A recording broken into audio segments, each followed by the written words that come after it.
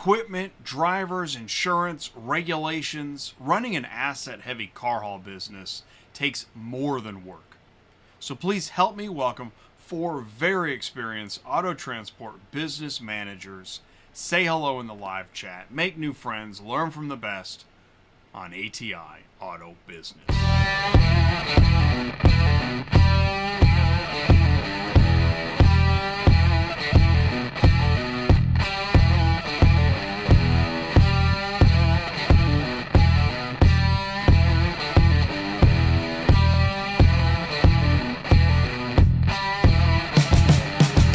What's up, ecosystem? Welcome back to ATI Auto Business, automotive ecosystem, where everyone learns more about the automotive industry. Let's get started with some top industry news and headlines that include new auto theft container car scanners, new car supply too high for some dealers, and many EV owners are ready to go back to gas. We got a panel in it for the long haul. Derick, Joe, John, and Rod are going to join me. Tonight is show 351 in a row on a Tuesday night, in it for the long haul. We're lucky to have these gentlemen back with us. If you saw it last week, Old Habits Die Hard, Lenders Moving Repo Cars, where lenders and auctions and remarketing and repo intersect, to be continued. That was a really cool show.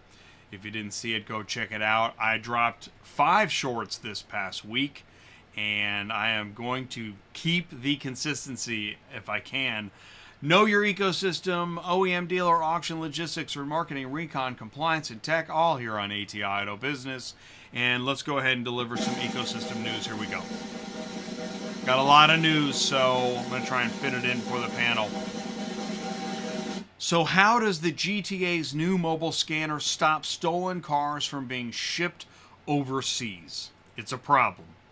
So the mobile X-ray scanner unveiled in Mississauga on Sunday will soon be making its way around the Toronto area, screening for stolen vehicles in shipping hubs and warehouses. The Canada Border Services Agency is investigating this $3.5 million scanner will examine shipping containers leaving Canada as part of a larger effort to tackle auto theft across the country. It's been in the headlines week after week.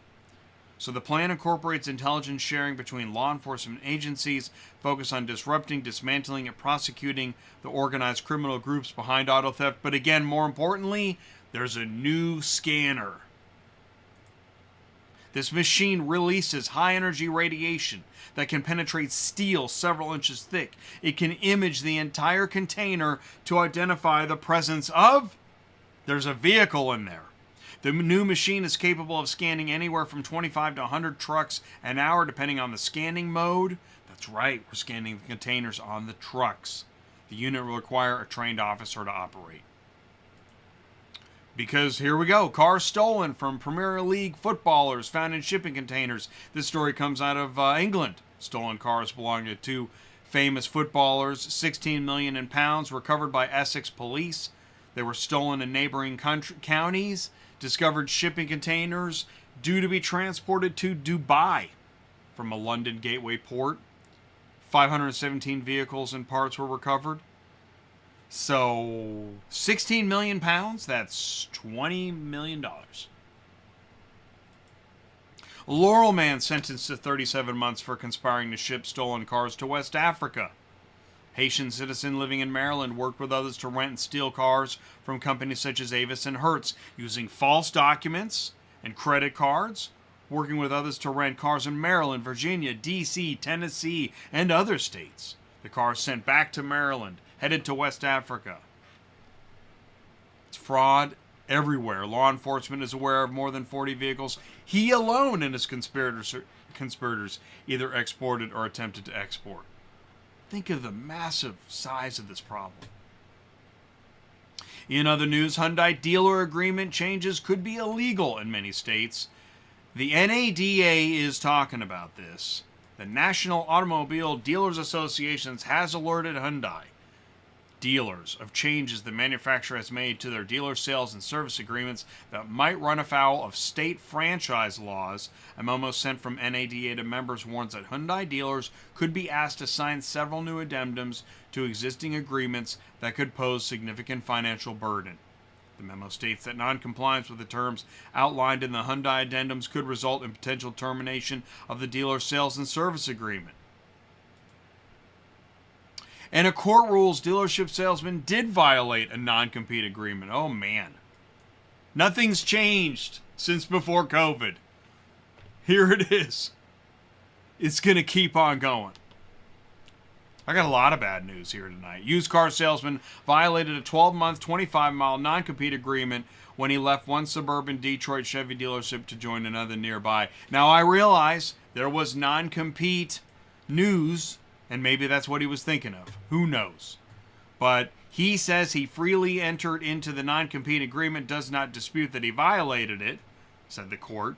On April 23rd, the FTC announced a final rule banning. That was April 23rd that the FTC announced a rule banning non-compete agreements, saying they keep wages low, suppress new ideas, rob the American economy of dynamism, which I find fascinating.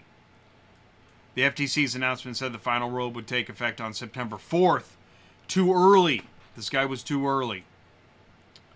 And an appeals court rejected his argument that the non-compete agreement couldn't be enforced since it did not protect a reasonable business interest, restrict wage growth, stifle employee mobility. The court cited evidence from the store's general sales manager about training and sales methods and strategies. Yeah, you do want to hear this. If you work for a company, said that when he was promoted, he received access to the dealership software with confidential information, including marketing strategies like assigning specific work plans with customers to optimize customer engagement.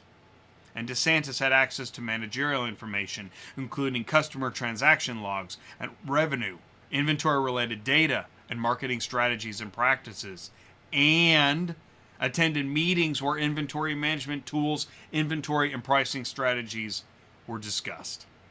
This case highlights the need for dealership personnel to ask their employers questions and consult with their own lawyers before signing a non-compete agreement. Right, yeah, because everyone's got a lawyer ready to go. Ford CFO, rising inventories across the industry are worrying him. Really? Already? Ford Motor Company CFO John Lawler said rising inventory levels worry him, noting the industry will have to closely monitor supply and demand if it hopes to maintain the discipline many promised heading out of the microchip shortage. It's only 2024. Wow. All that, plant, get production back online stuff, and now we're already here. According to Cox Automotive, the industry average day supply of new vehicles ticked up to 76 at the start of May, with a total supply around 2.84 million. Nearly a dozen brands, including Ford and Lincoln, have triple-digit stock levels. Triple-digit stock levels? Grabbing a fake hat there. Lawler said Ford continues to aim for dealers to carry 50 to 60 days supply. When asked if excess supply could hurt pricing, he admitted the trend was concerning, but said the pricing issue was not yet affecting Ford. KBB, Kelley Blue Book, says some brands have too many cars on the lots. When dealers have too few cars for the number of shoppers, they can charge high prices. When they have too many, they have to charge lower prices. Dealers can't sit on unsold inventory. So when he was quoted as saying it's not yet affecting... Anyways, just keep going. Dealerships have a sweet spot. For most of them, it's 60 days. When the supply on the lot equals about 60 days worth of sales, they're operating near maximum profitability. So in the quiz later today, the sweet spot for dealers is 60 days. Today, the average dealership has 74 days supply. 11 brands have 101 days or more in stock. The average car deal last month included discounts worth 6.7% of the price, the highest average discount in 3 years. Yeah, I think supplies were good. Are we good? Right? So when somebody says, hey man, can I keep running and can I deliver as many as I want? No. The answer is going to be no, you can't. And they know they need to attract shoppers at a time when interest rates are high and likely not coming down soon. So maybe you're gonna need those discounts. Lane watch. Automakers sending more volumes to the auction too. At the beginning of May, new vehicle inventory was estimated at 2.84 million, 51% higher year over year, and at the highest point since late 2020. And Black Book is saying the automakers are sending more volume to the wholesale market, even as analysts saw an accelerated depreciation rate across all segments. We're at the peak. Hey, America's Group has bought San Antonio Auto Auction, and that means they now have 39 locations across 19 states, including digital and mobile sales. San Antonio Auto Auction is located on 44 acres in Texas, has a 6-lane arena, recon, mechanical services, its dealer consignment and fleet lease sales, 9 a.m. on Tuesdays. America's Group most recently expansion was June 2023 when they acquired DAA Las Vegas from McConkey. CarMax is going to build an auction center in New Kent. The company intends to use the facility as an auction site where it will sell vehicles to other dealers. The location would also have repair facilities to prep vehicle to be sold on the lots of local CarMax stores. The company won't offer on-site retail sales at the New Kent Center. This thing is wholesale. And Carvana same-day delivery covers 25% of the U.S. population with the addition of Newark. Really? Holy mackerel. With the latest addition, they've reached a milestone. The online used vehicle retailers expanded same-day delivery to select residents of Newark, New Jersey, the 15th market, representing 12 states, to be included. Carvana said that means the service is now available to a quarter of the U.S. population. Same day? Holy cow. That is a huge deal. If you don't work in automotive logistics, you don't know. That is a big deal. I wouldn't want to be working the customer service desk and be unprepared. The service, which was launched in Arizona last August, allows area customers to take delivery of a vehicle as soon as the same day as they place an order. And select, it's a car. And select customers interested in selling their current vehicle can also get same-day drop-off. Man, dude, I was just online. Here's my car. I'm ready to go. I got to go. I got to get out of here. But, sir, Newark is the 6th new market added in 2024, joining Birmingham, Alabama, San Antonio, Texas, Oklahoma City, Oklahoma, Philadelphia, Sacramento, California. Carvana said the service is supported by its first-party logistics network and infrastructure, which including Carvana inspection and recon centers and Odessa auction sites. I am telling you, man, even Jeff Bezos is going, really? Trive Capital and Texas partners with Royal Oaks RPM Freight Systems. This just came out. What, June 18th? This is today. RPM Freight Systems and Royal Oak Finished Vehicle Logistics Partner has received an unspecified investment from the Dallas-based private equity firm Trive Capital and Blue Jay Capital Partners, offices in Florida and Colorado. In North America and Europe, the company used by many of the largest OEMs and remarketers to transport vehicles and freight. RPM is global. So Blue Jay Capital, Blue Jay is operationally focused private equity firm investing in transportation and logistics businesses. Trive Capital and Dallas-based private equity firm with more than $7 billion of regulatory assets under management. Trive focuses on investing equity and debt in what it sees as strategically viable middle market companies with the potential for transformational upside through operational improvement. So everyone's talking about Fisker filing for BK, and this would seem timely because more than 40% of U.S. EV buyers want to go back to gas. That's right. I know. It's, you don't want to hear it, right? Because like this topic is so like, I don't know. It's no longer an electric vehicle. It's like a puppy. How dare you say that about my puppy? More than a quarter of EV owners are likely to return a combustion engine vehicle for the next. I mean, that's what the study says. I'm just reading it. More than 4 in 10 owners of electric vehicle electric vehicles in the U.S. are likely to buy a combustion engine car for their next purchase. That's the takeaway from a global McKinsey & Company survey that, among other findings, concluded that charging concerns, it's not like this is a surprise. Range anxiety is everywhere. 29% of EV owners across the globe said they're likely to reverse course. That hit 46% in the U.S. Yeah, the U.S. is a big country, man. People want to drive. What are you getting so hot about, Jay? Concern was inadequacy of the public charging infrastructure. They also cited concerns with high cost of ownership, detrimental impact to long-distance trips. But I think, and I don't know what, they said an EV's down to $25K to buy one. The consumer sentence may go hand in hand with a slow rollout. Okay, only 8 stations are operational in this $5 billion federal program. Jay, keep the comments out. Just read the news. Among existing stations, both public and private stations can be hard to find. Gas station options are displayed on road signage. We all know that. This says EV chargers remain far from public view. That sounds like an opinion.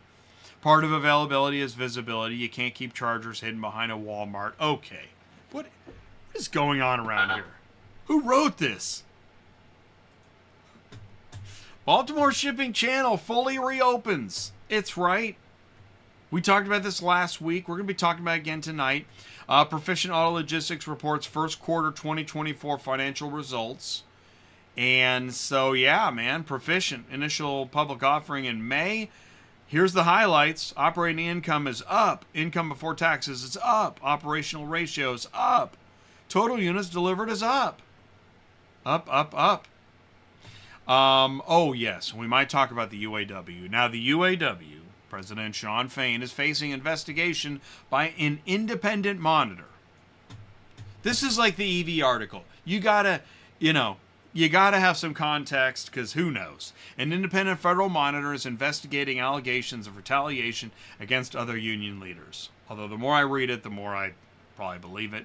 UAW President Shawn Fain under investigation by an independent federal monitor over allegations of retaliation against other union leaders. But then we're not talking about union leader. We're talking about the UAW Secretary Treasurer. So that she faced retaliation for her refusal or reluctance to authorize certain expenditures. But was it reasonable? The 36-page report describes increasing stonewalling and non-cooperation by the union, delaying access to documents, which seems like everybody does that. Borofsky was appointed the federal monitor in 2021 as the UAW grappled with a corruption scandal that resulted in federal convictions of several former leaders. 2 former UAW presidents were sentenced to prison, so that's not good. And the investigation of UAW president and other leaders threatens corruption-free image. See, and there's your headline. That's the way the media works, right? Now you have the corruption-free image is gone.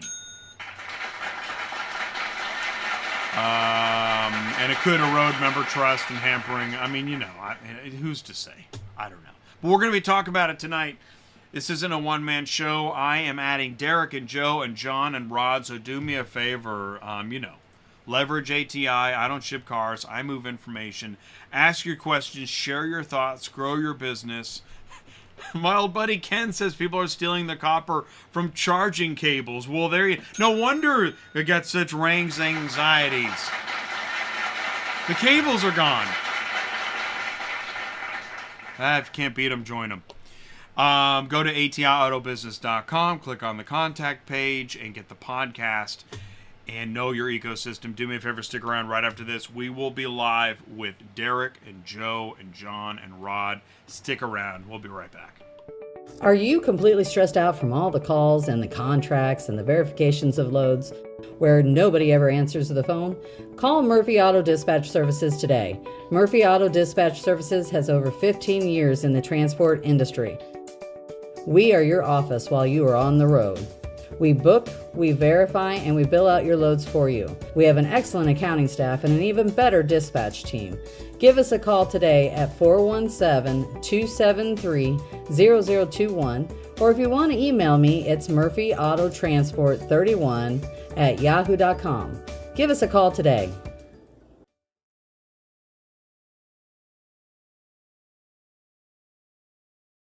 Transport Auto Quoter is by far the leading auto quoting software on the market, and the only auto quoter with a pro version that comes preset with accurate pricing for anywhere in the U.S. So you don't have to worry about it. The best part is that no change with your current software is needed. Just plug TAQ in and start booking jobs. Carriers can easily plug TAQ into their current websites and start making money right away. I bet you're wondering how we do this instantly and accurately 24/7. Well, constant analytics is the key. Our Price Watch team is constantly monitoring current market conditions, paying close attention to seasonal and quick-moving industry changes. At the end of the day, it takes a lot of time and data to maintain good pricing, time that most of us just don't have on a daily basis. So free yourself up. Using TAQ Pro is really a no-brainer. Save time and money, maximizing your leads and optimizing your online investments. You'll finally be able to sleep well at night knowing that TAQ is on the job selling for you 24/7. Never missing a potential job.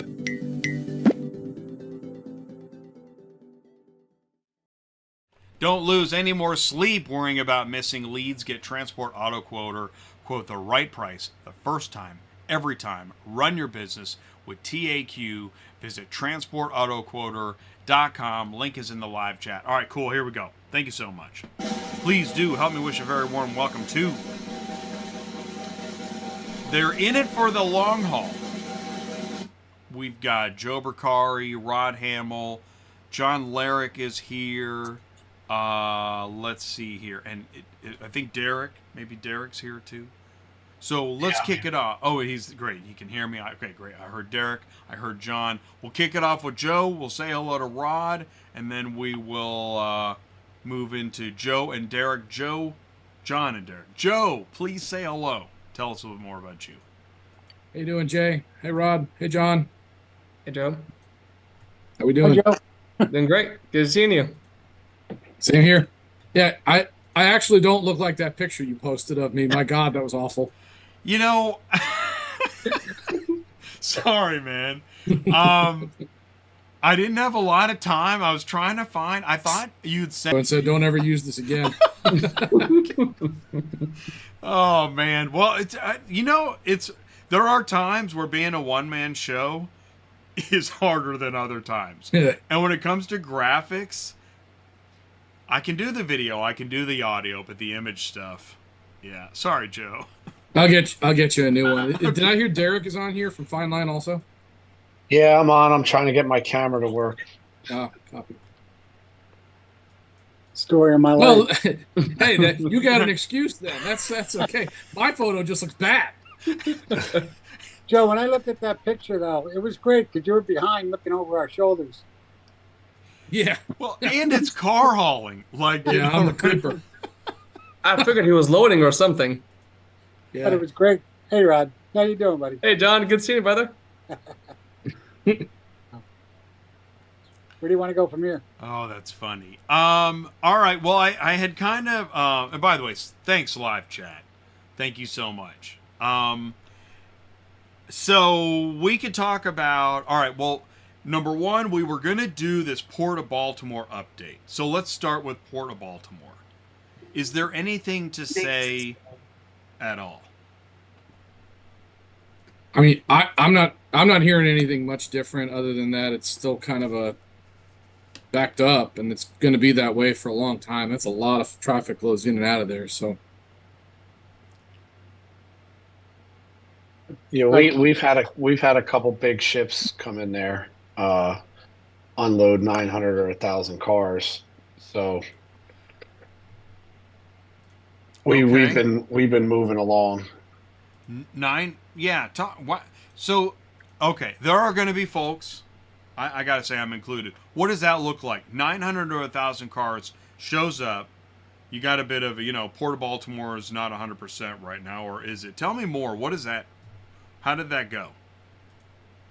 Well, we get different types of product in there. The one is they're ready to go. They just have to unload them and take the tow hooks off and park them. So we get them in 48 hours, and other product has to be processed and upfitted, floor mats, Windows Maroni labels, whatever. So I mean, it's feast or famine. Sometimes we get 900 cars at once. Sometimes we get 40 cars in a day. So it's a little bit of a adjustment sometimes. But I feel like some of the ships they send a ship in to test the waters at first. So now I think everything's pretty good for them. But does a missing bridge affect the congestion at all? The operation? It hasn't affected us too much. Okay, that's good news. All right. I think the biggest problem, Jay, was the ships being able to come in and out of the channel. And now that they got the channel open, I don't think there's any disruptions at this point. Okay, so that is an update. I mean, that's good, and that's what we're talking about. So yeah, they Things cleared getting better by the day. They cleared the debris. The missing bridge isn't causing a traffic issue because that wasn't the main route anyways. Yeah, I mean, it depends. I think more so the other ports that are more Sparrows Point, those ports where Volkswagen and Mercedes and BMW is, I think it more affects them than it does in Dundalk. So we don't haul out of the other ports, so I can't really speak on that. Yeah, I'll just say this, is that I'm big on like visuals when I'm learning about something. If this was anatomy, I would want to see the exoskeleton, the organs, and all that. I don't know where the OEMs are. I don't know the location of all the ports, but it seems like this port is pretty complicated if you're not used to knowing where things are. Yeah, they're all in there. There's all different, 3 or 4 different berths there for, manufacturers. I mean, Dundalk is huge. I mean, they have the big heavy equipment where they get the farm equipment in different areas. Different manufacturers are in different parts of Dundalk. I mean, if you don't know, you got to ask the guard at the gate if you don't know where you're going to get to where a certain product is. It's almost like a little city inside a city.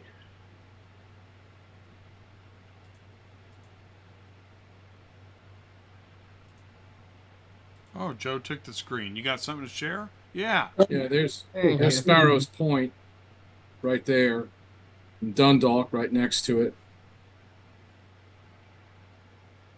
That's what he's talking about there is Dundalk, Sparrows Point, and then Curtis Bay and down this area over here on the other side of the other side of the port there. So these are almost independent of each other. They're all little complexes, every one of them. Yeah, you just have to to go there. You can't go across the bridge, so you got to go around to come in. So it's adding some mileage and some time, but you can still get in there. Yeah, so if you see where Sparrows Point is, that's where the bridge is gone. I mean, Dundalk we can access through the Fort McHenry Tunnel. Sparrows Point, now you have to go all the way back around. You can't just shoot over the bridge there. So it doesn't affect Dundalk as much as Sparrows Point. I know I read a stat. Do we know how many OEMs run out of there? I think it's 13. Jay, give me a second. I'll tell you for sure. It's kind of around the number I was thinking. I thought it was in the teens, which is a lot, right? Yep. Is this the largest finished vehicle logistics port on the East Coast of the U.S.? Is that a stat? I believe so. I think so. So, but this is good news for the OEMs. And that's only because they have the capacity to be able to put the cars there, where North and Elizabeth, they don't have the room. Right. What port is Elizabeth? That's Newark. Newark. Elizabeth. Yeah, Newark. And then wasn't there one in New York that was also trying to help alleviate? No, I would think that's you got Elizabeth, you got Newark, that's a little north, and then you got Elizabeth that's south of that. So they're both in the same area. Okay. All right, but things are looking good again. So I guess that's wonderful. That's the update. Well, we're seeing cars coming out of there. The freight's Yeah. coming out of the whole area. So the freight's definitely there. So if it's good for the OEMs, it's good for car haul, business is back. Anything left happening in, I mean, we're back. They just have to rebuild the bridge, but rebuilding the bridge doesn't seem to be the big bottleneck here. So No, it's just snarls up traffic. all right, well they got lucky then. If this bridge wasn't the main vessel into the port, that's lucky. Yeah, but now I don't know if it is still getting the same amount of volume of export as it was dealing with before. That export volume might be going to Savannah or Houston or somewhere else, and that's really hard to tell because it moves.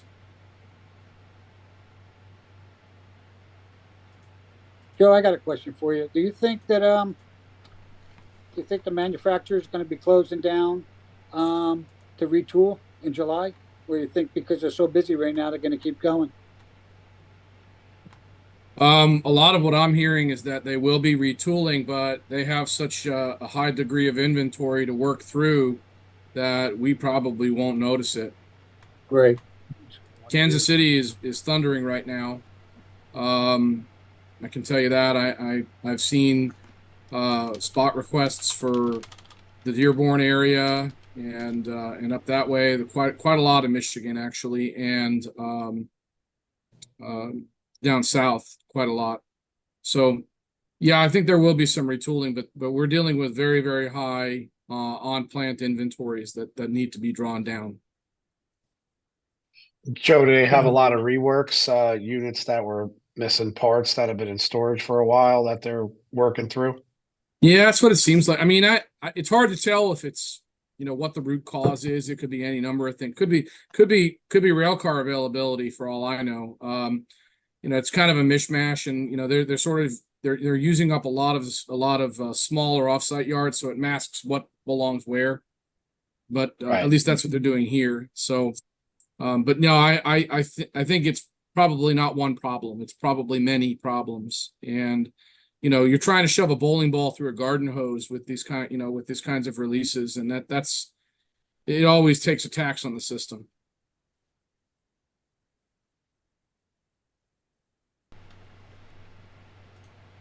So, port check. Okay, so what I really want to ask, and I think maybe this is the time, is was this or other like relevant news related situations?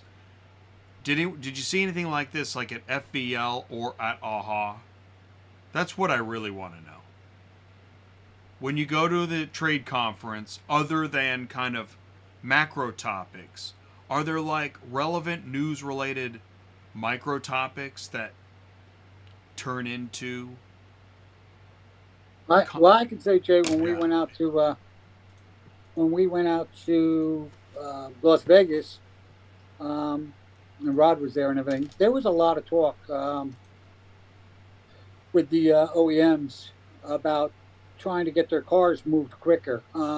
I wasn't aware that is such a problem, but it is. And but the transporters actually got up and said to them that you want us to invest all this money, but you're not compensating us for it. So hopefully the OEMs heard what the transporters were saying, but that was a big discussion there.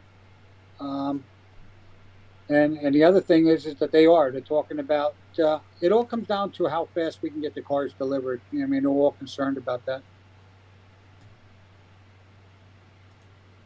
I didn't attend either of the conferences, but the chatter that I keep hearing has a lot to do. It tends to revolve around stability. The priority is stable network, stable capacity, and being able to scale up and scale down with the ebb and flow of volume. So kind of like what you're talking about, John, They want it moved faster, faster, faster. Well, they always do. And then, we give them the price tag, and then they say, oh, well, okay, maybe cheaper, cheaper, cheaper. That's a cycle, in our business. But stability seems to be a priority right now. That there are a lot of companies that I think have been some upheaval in the industry that has really raised a lot of eyebrows. I'm not saying it's bad. Don't know that for sure, but I hear a lot about stability. And the whole thing was that there was a lot of discussion about the brokers. So, Yep, that was a hot topic.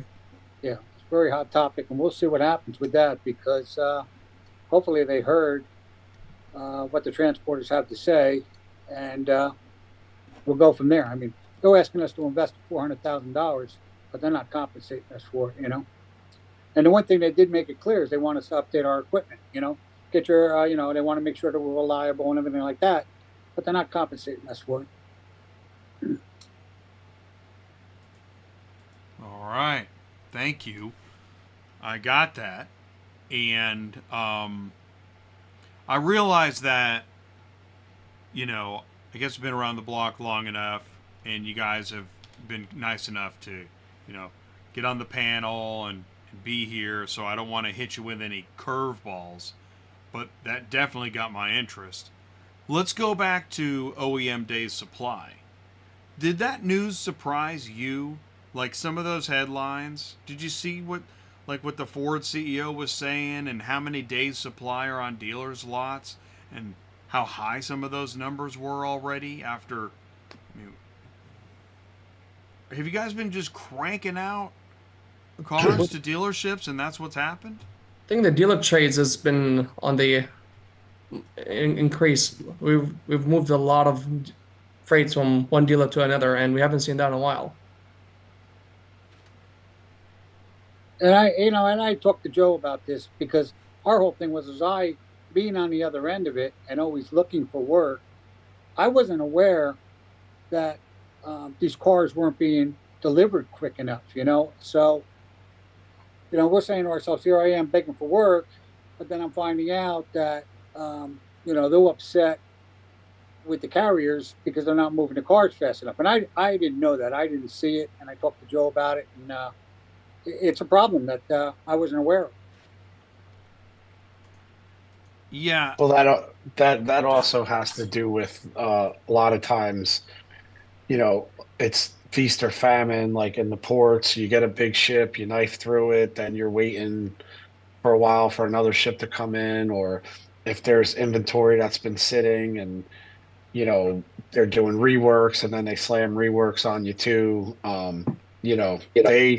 They always want you to ship, but it's hard to get in a groove, and then you're running and you're using outside carriers and all of a sudden it stops at certain places, or they can't get rail cars, and if you're in a rail yard, and then you get a disruption there. So I mean, the manufacturers want to ship, but I mean, Joe, I'm sure you run into this too. You come up on quality holds, or they're real busy, then all of a sudden it's dragging along and you don't have enough cars to ship. I think we lost Joe. I couldn't hear you there for a second. Yeah, okay. I had a little issue, a glitch with my sound. He was talking about ship. Here's a question. Ornery. What is, so going back to the OEMs, talking about speed, what speed do they, I mean, if there's a way to give an average or of a lane, because there's going to be all different numbers, but what is the speed they expect? What speed weren't they getting? And again, it sounds like there's plenty of inventory on dealers' lots. I'm still trying to figure out what are they talking about? Well, the manufacturers all use a different metric for how they judge, transit time or velocity. Sometimes it's from tender to delivery. Sometimes it's from tender to dispatch. It's different flavors of the same thing.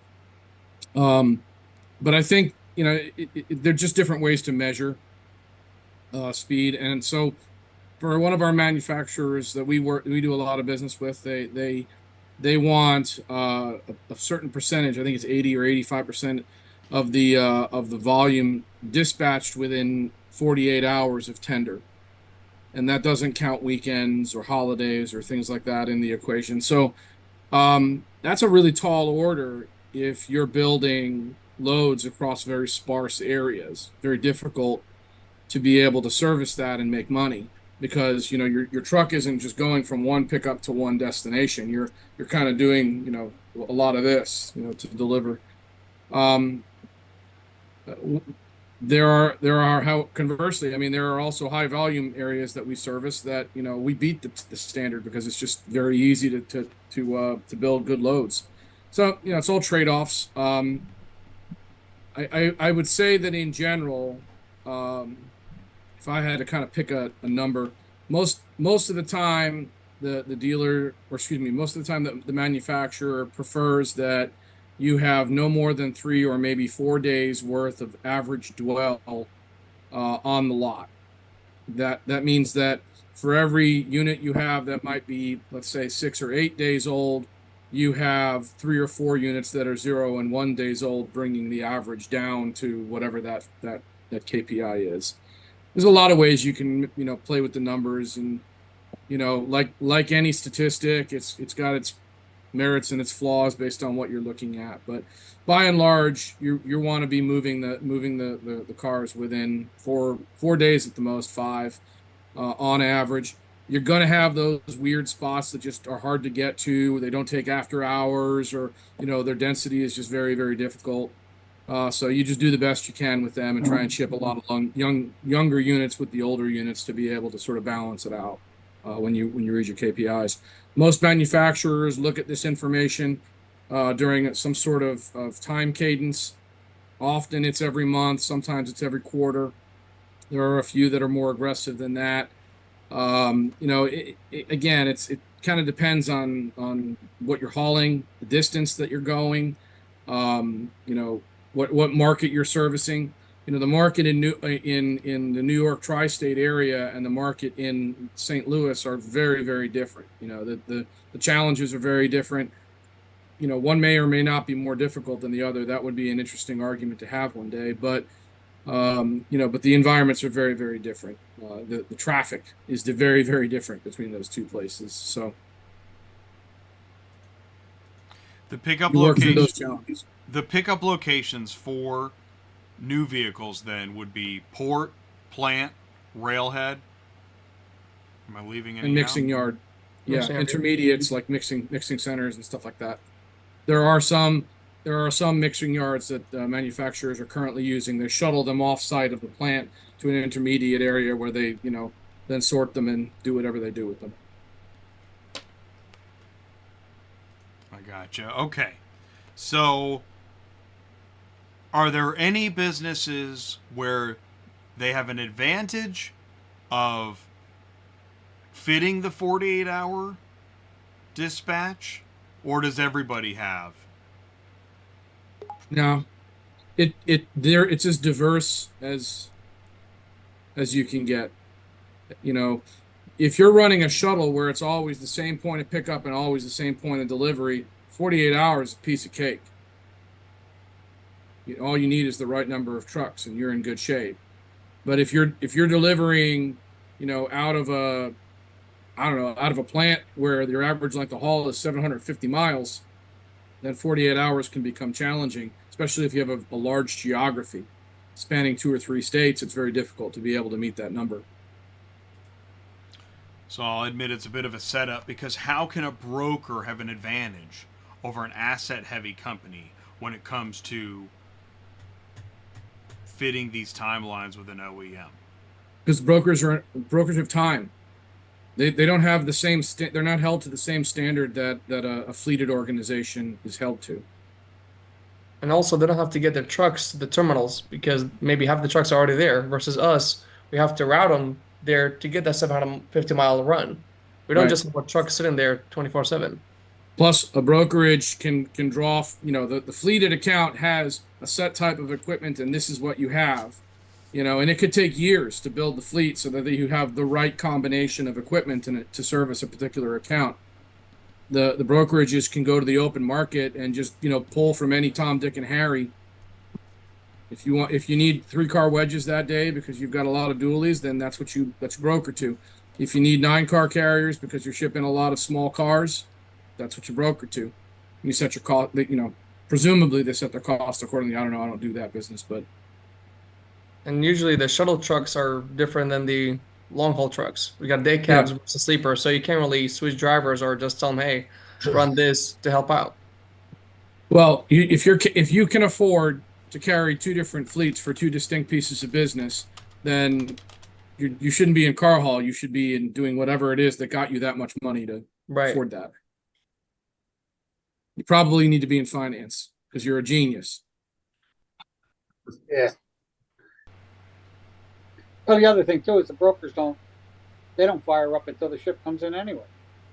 Right, and they get things booked with other carriers within a few hours versus like Joe said, it's one thing that's 750 miles, which is nearly about 40% of the work hours of that truck, and plus that truck could be a few hundred miles away. So by the time it gets there, he already lost 24 hours. So he has basically 24 hours to actually move it. And it's going 750 miles is a 2-day trip anyways. And you got to worry about getting the truck back because we all know it doesn't pay enough to go one way. Well, you want to have a return set up in some fashion, so you're always setting. It's like a sculpture. You're always crafting this part of your network to meet that part of your network, and now you got a hole over here, so you got to work on this. Oh, now I got a hole over here, so I got to work on that, and then by that time this contract expires, so we got to change this. And, it's a piece of art that is ever evolving. Networks change. You got to have dispatch weeks ahead. Mm-hmm. And when you're bidding business with the manufacturers, I mean, you're talking about contract cycles that last over the span of years, but you don't get in trouble usually. Usually you don't get in trouble, over a 3-year cycle. You get in trouble because you fall behind after 2 or 3 weeks. Okay, awesome. I'm really trying to tread lightly because I want it. Was there more than about this being brought to the OEM's attentions? Hey, here's the thing, guys. We have trucks, some businesses don't. You need speed. The rates are still a little low. What do we do? It was brought up, Jay, but I don't know. We don't know if they listened. When it comes to price, we don't know if they listened. This is this is where I come in, because I watch these speeches and I've heard the inclusion methods and all the stuff and the leadership and all this great stuff. But I wonder, is it happening? I mean, FVL, you had major companies that, if talked about carriers, were in this together and all this stuff. Are you seeing that? I wasn't there. Maybe Derick can answer that one. Yeah. Just say you weren't there, Derick. That way you'd be safe. Well, there was brokers too at FVL. See, and brokers have such an advantage in this, don't they? Well, I mean, and like John said at AHA, it was brought up, like, you want us to invest in equipment and everything else, but now you have us competing against people that don't have equipment. And, he said what everybody else wanted to say at that time and got a round of applause because at AHA, they don't let any brokers in there. But, I mean, it's true. You have to service the customer right and all the time, and no matter through the ups and downs, the surges, if you're a contract carrier with assets, like, you're dedicated to them. I mean, the brokers, people come and go, they chase whatever's the highest paying freight, or I guess freelance, the subhaulers do. And I mean, we've all seen it before where you have somebody working for you all the time and they jump and do the next best thing. But if you're a asset-based company with a contract, you should be able to cover 90%, 95% of your own work anyway. So, I mean, it doesn't hurt as bad, but we all want to see the rates come up. I'm sure the brokers would like to see the rates come up too, but you're at that point right now where there's more trucks than capacity. Like, the gold rush after COVID's over. Right. So the driver shortage is really getting us. I think us personally, we having a lot of drivers apply. That's what and I meant, right? I Yeah, I was think gonna say, You knew that about. That's what you know. I mean, you know that about me. Like driver shortage. What? yeah, It's not I a mean, I thing think it right has now, to do yeah. with a lot of people going out of business too. A lot of drivers jumped to Amazon and reefer freight. Car hauler drivers did in 21 and 22. But I always like to say car hauling's the cream of the crop, right up there with maybe RGN freight, and they always come back. So, I mean, it's not a problem that we've had in a while. In the last 6 months or a year, we've been fortunate, and I guess I always like to say, if you build it, they will come. If you build a good company with, quality, a good culture, things that take care of the drivers, like that'll speak for itself. I think we're also seeing kind of the tail end of the interest rates, because truck financing today is not the same as it was when they were giving money away a couple of years ago.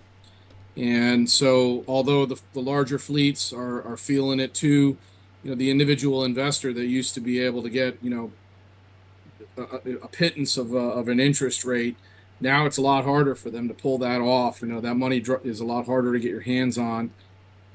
It leads people down dark paths with predatory type lease agreements and lease arrangements. And I think we're starting to see a little bit of those collapses coming. I mean, anybody that's done this business for any length of time can take one look at a lease agreement and tell you in about 5 minutes whether or not it's going to be feasible or is impossible to achieve. And I think that those impossible lease agreements out there from the more predatory companies, I think at this point the chickens are now coming home to roost, and you're starting to see those drivers come available. Now, there's another thing to add here, another dimension to this, which has to do with FMCSA and the ever-changing and extremely nebulous rules that we have to follow as we go through the hiring cycle. Alongside of FMCSA and its changing rules and requirements, we're dealing with all kinds of restrictions on hiring with insurance companies. So yeah, I got a stack of applications, an incredible number of applicants, but about a third of them I throw out before I even get through the bottom of the application, because there's something in there that is a disqualifier for something that I would be for what it is that we need. Sometimes it's pretty innocent stuff. You live in a place that I can't get you home to. Often it's that. Sometimes it's a little bit more. It's other things, undisclosed things in people's past that would have been better to disclose to us. I'll put it that way. Yeah, and I think the clearinghouse has disqualified a lot of guys too. Tremendous number. Yeah, A tremendous number. I think it's amazing how many people come fill out an application and you find out they never even did the clearinghouse. And you're saying to yourself, how did you get away with that? How did your last employee let you get away with that? So then we got to sign them up, get them all in. They got to go set up on the clearinghouse. And I'm saying to myself, it doesn't make sense nowadays how they're not involved. I'm going to say something. The more I've learned about the clearinghouse, the more I think the clearinghouse learned that that was literally the case. That much like ELD, until just thrown in, there was this avoidance of the program.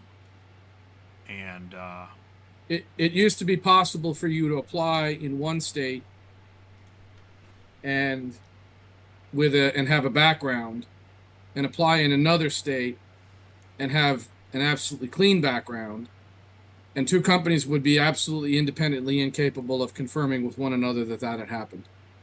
So what the clearinghouse did was it made it so that way any type of anything the FMCSA doesn't like, usually drug and alcohol, but oftentimes other things, it makes you can't hide that stuff anymore.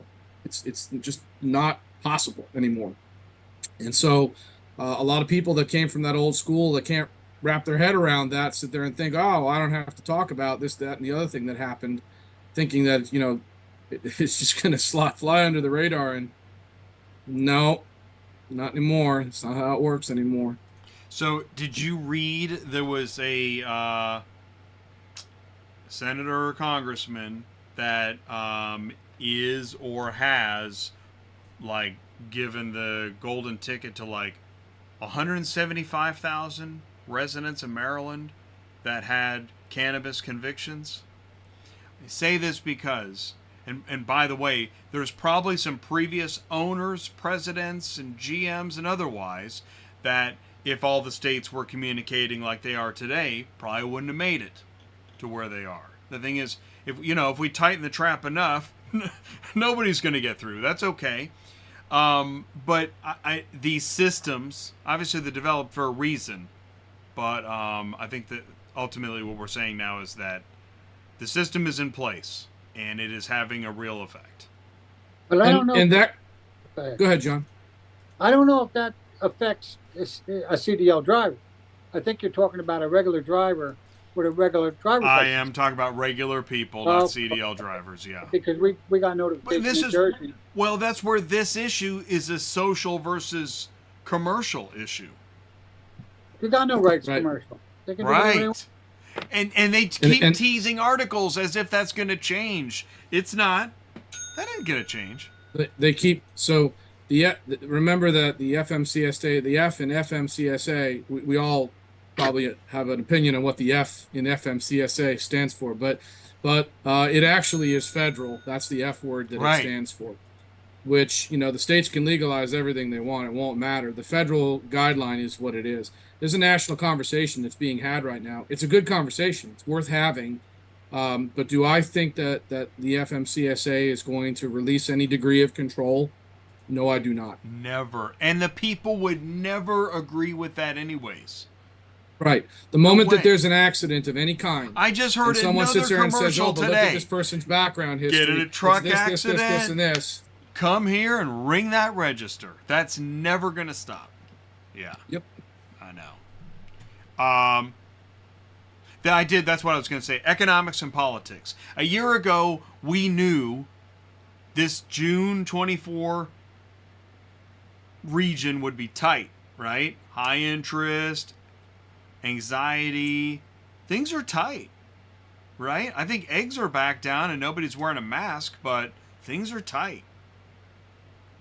Again, but things are definitely tight. Everything's gone up. And again, that makes me wonder why the OEMs are in a race to get all these cars to these lots where these interest rates are really high. What, to offer people discounts so they can move some of them? I don't know.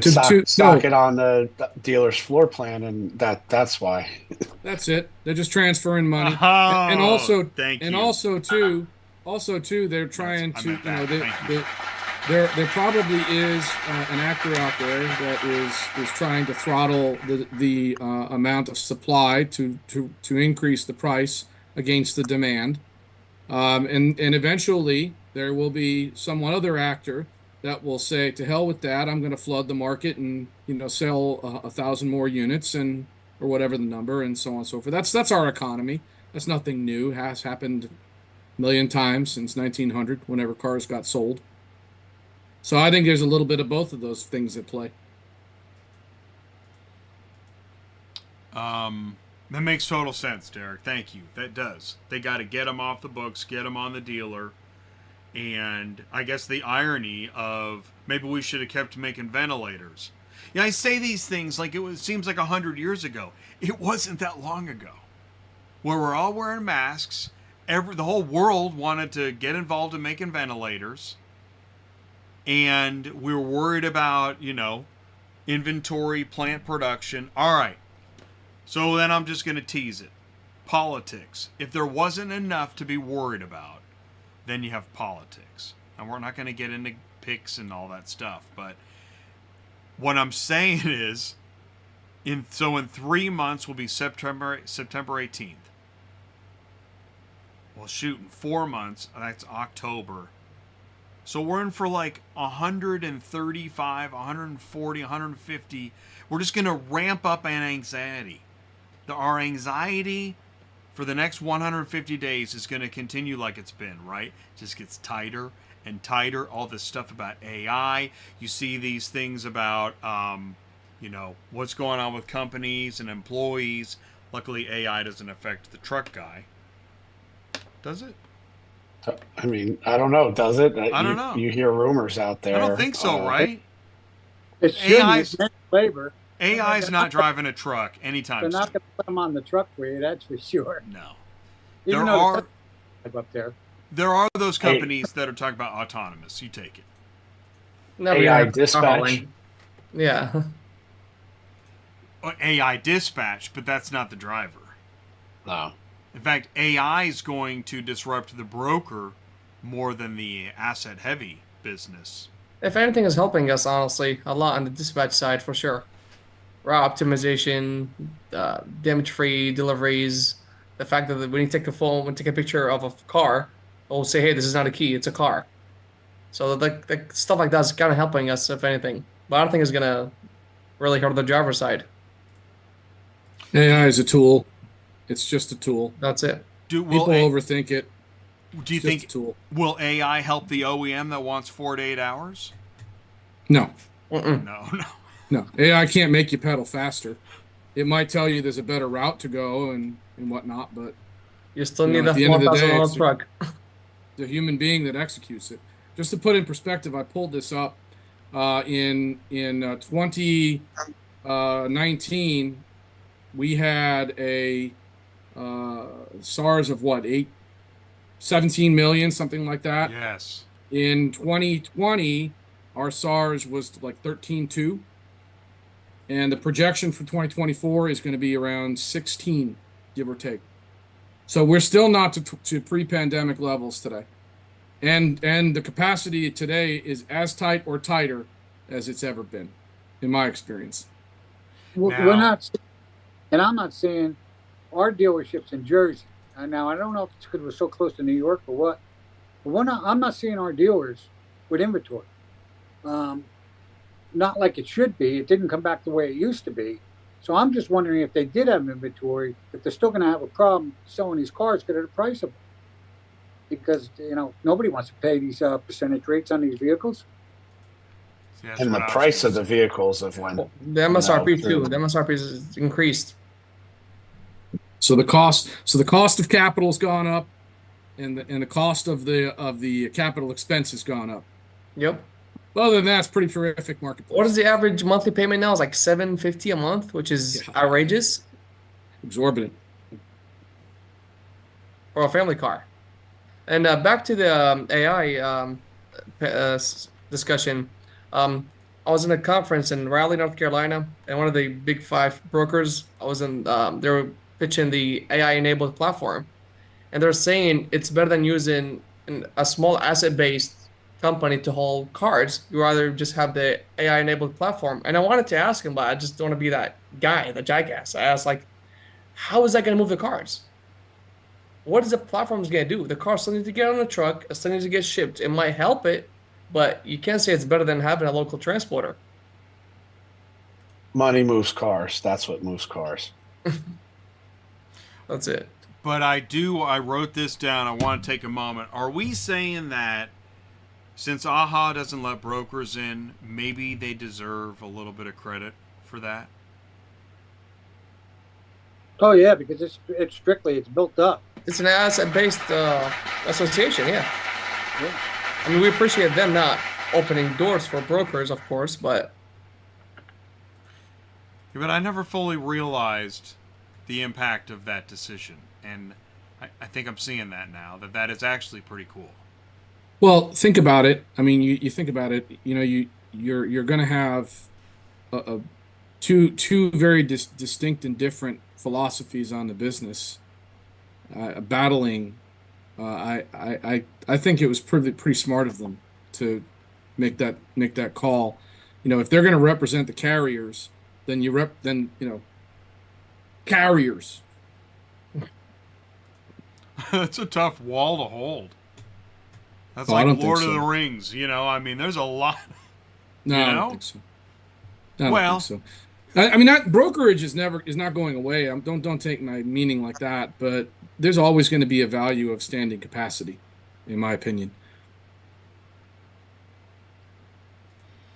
And see, that's the thing that we're talking about in the AHA. It's not about the just isolate the brokers, but it's more about it's different when they bid against us and we have skin in the game and they don't.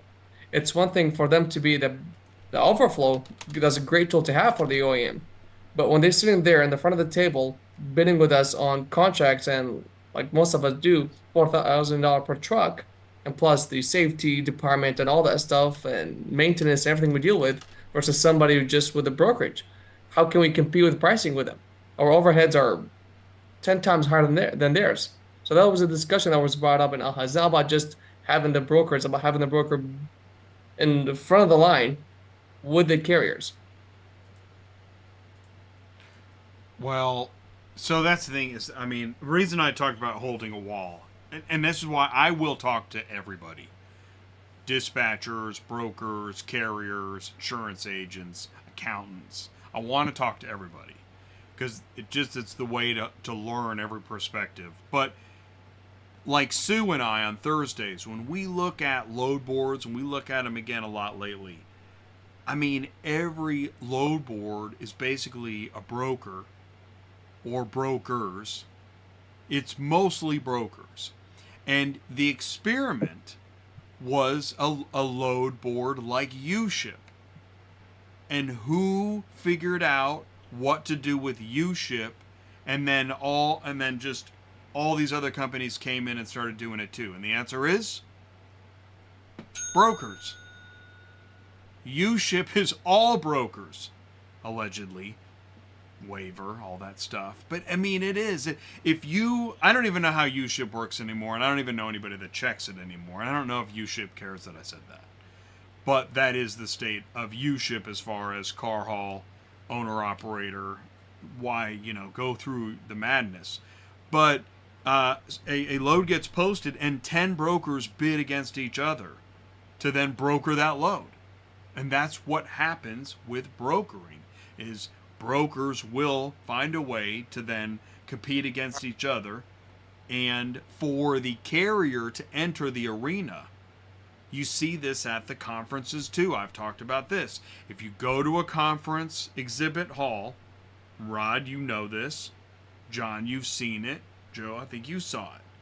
And if you look and see who's trying to work with dealers, remarketing agencies, OEMs, fleet management companies to move their cars, it's all brokers that have the biggest teams, the biggest booths. That's just what they're really good at this. Because technically, this is the only overhead is the travel and the software, of course. But it's millions of dollars to have the assets based. Let me give you a good example of why it is that brokers' cost structure and fleet cost structures are extremely different. If you're a fleet cost structure, all of us here, then everyone in this room, or everyone on this chat, everyone on this stream, has an idea in their head of what their cost of claims are, cargo damages. Okay, some people measure it by cost per unit, some by cost per mile, some by by per driver per asset, whatever it is, an annual figure. But everybody here knows what their cost of claims are. If you're a broker, your cost of claims are zero. 100% third party. 100% pass through. So that cost of claims that we have to use if we're responsibly pricing our business, because your real claims experience to be able to achieve a perfect year is so far out of the scope of what's possible in today's environment, probably ever, that you'll just never get there. But that is a 100% pass-through article for a brokerage. Classic example. And with the increase of the MSRP and parts and everything else, that's a big number. The risks of loss of sale and loss of value, and the company that's carrying the insurance note is not the brokerage. They're only obligated to ensure that their carriers are carrying the insurance note. And if they get the pricing wrong on what they think that insurance note needs to be, then what?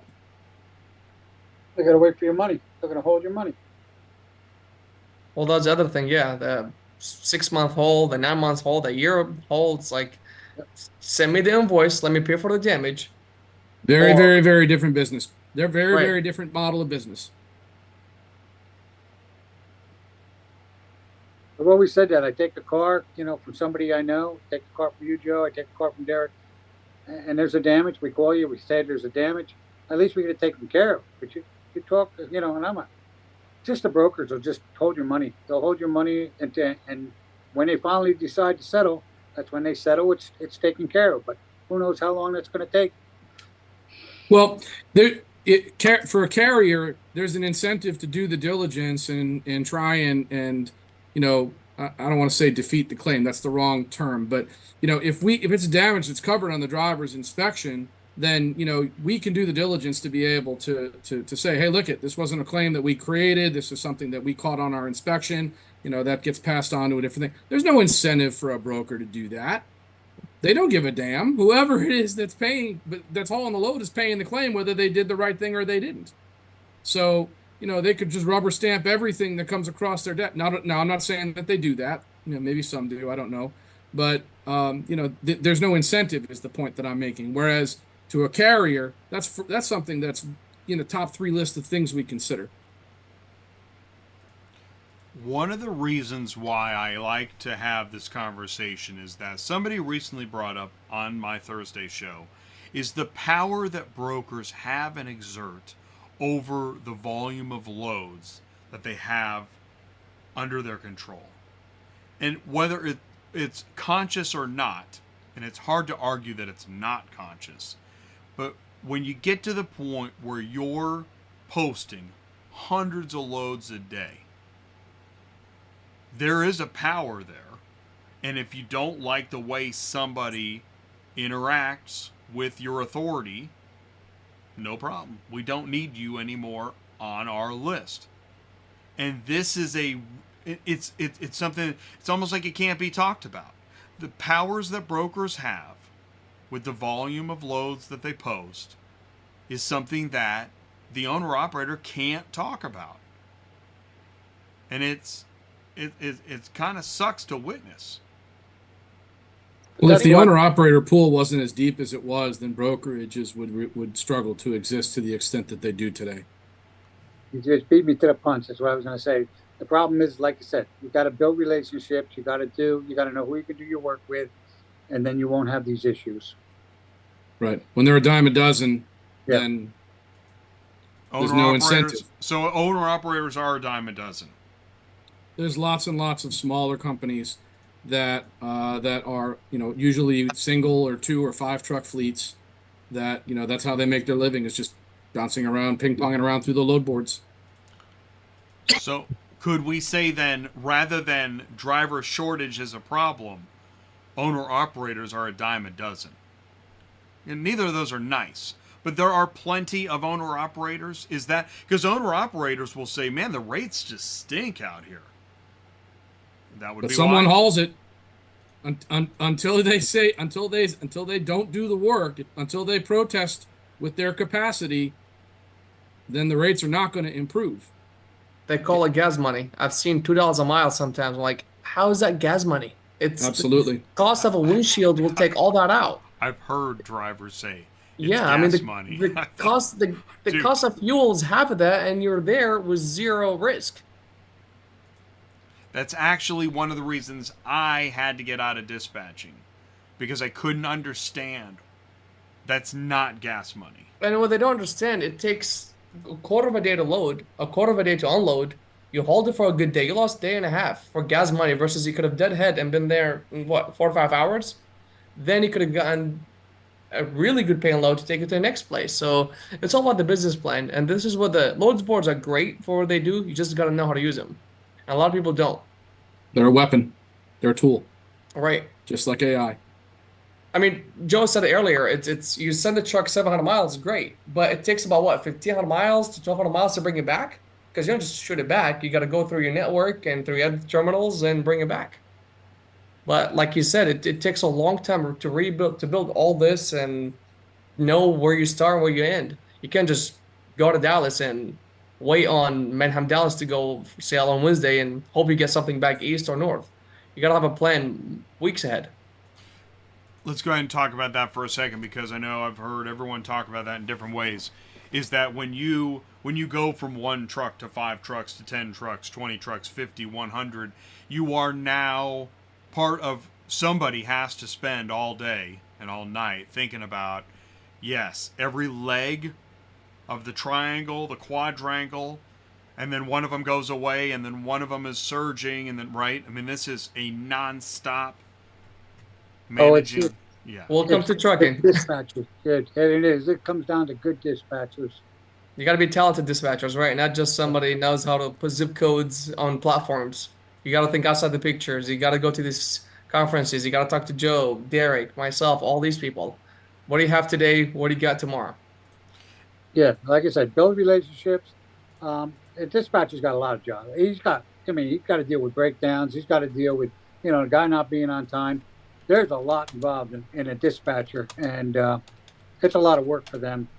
So you got to find a decent dispatcher that can take care of it and make sure it's taken care of when it's supposed to be done. And most You importantly, talk to the people. Got to be able to communicate to the driver. there we go.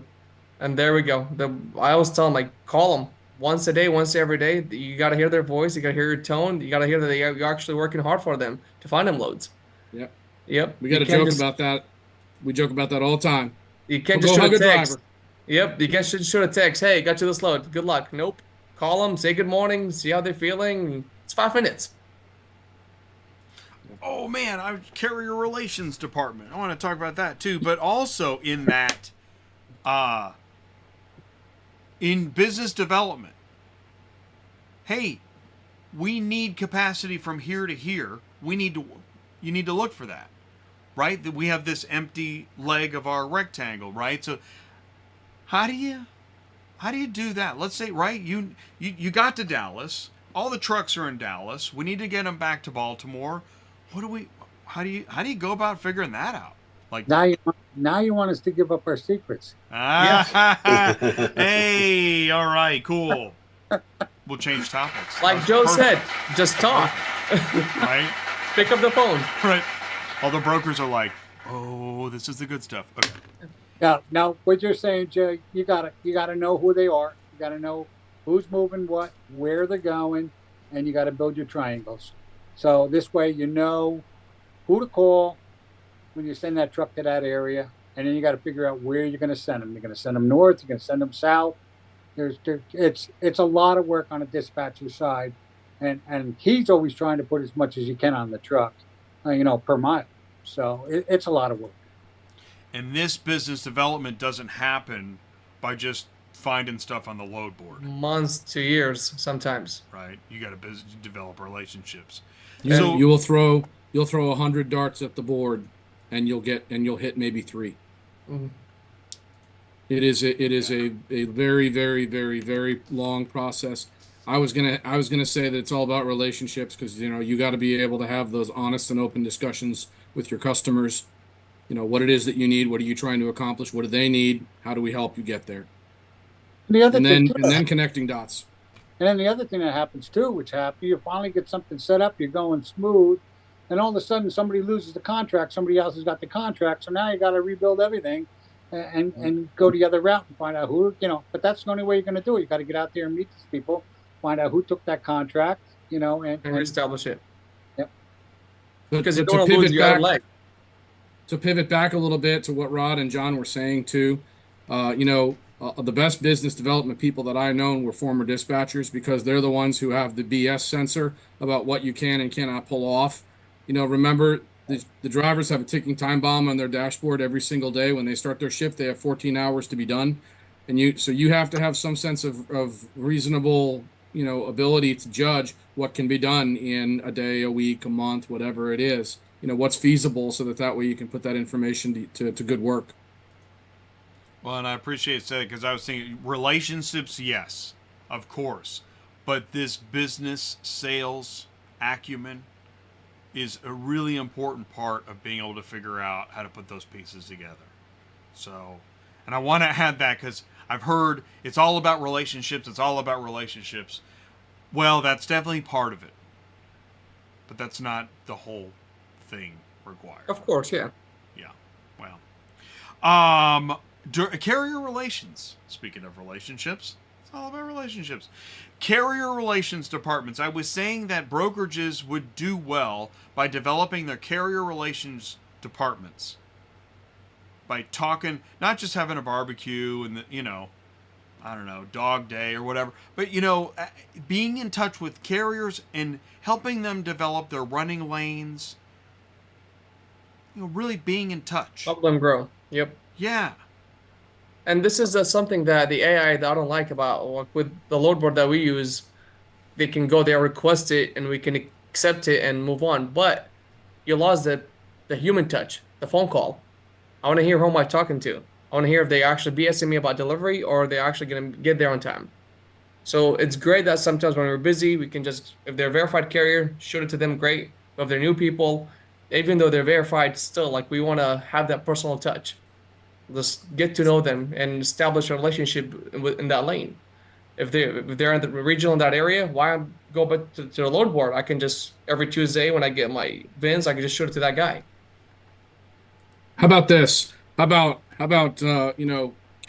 I'm a broker and I call whoever, John or Rod or any whoever, Derick, anybody, and say, hey, listen, I got this package, this deal coming up, and it's I'm going to make this ridiculous, but we're picking up loads in Nashville, straight drops back down to Savannah, and it's paying $9 a mile. What are we starting? Yeah. How many trucks you think you could get there? And, how much you think you could, what kind of capacity would you be able to commit to that? Being able to ask that question and talk to people that you have worked with in the past, it just spawns, a shared opportunity, shared wealth, things like that. So, and on this, I say this because when it comes to developing business, it's all about relationships. Those sales teams, man, they're taking people to dinner, and it is all about relationships. But you go on the logistics side, and it's a hot dog and a movie ticket. My point is, there's a difference here, and I don't. Maybe it doesn't need to be done. Jay, you're just making stuff up, but it seems like, Rod, you pointed out that phone call is great. I'm glad we were able to do things fast. But now that we got everything really fast, if I need something, God, I'd love to be able to call somebody. And that's actually where I think some of this came from, is Sue was telling me that now she has to go in the live chat and all that, can't talk to anybody. I'm thinking, man, right. Why can't you talk to somebody? This is a giant company. Huge. Hey, how many trucks do you have? I got 6. Great. That's it. Versus posting 6 loads and we don't have. And that's the thing is that carriers sometimes, and this is what helps me a lot, is even though the load is gone from the load board, call them. Call the broker or call the dealer. Hey, it's gone today. Are you buying next week? Yes, I am. I'll call you that day. And that's how you grow a relationship. And that's a lot of guys. They see the load is gone from the load board, they give up. I say that all the time. That's awesome. We won't, for us, and I mean, we do have a brokerage that we use sometimes, but when we put loads out, I'll only put 1 or 2 copies of a particular load on the board. Right. I might have 10 more, but I'm only throwing 1 or 2 out there because, it's better for someone, if someone calls and says, hey, give me that load to Springfield, anywhere USA.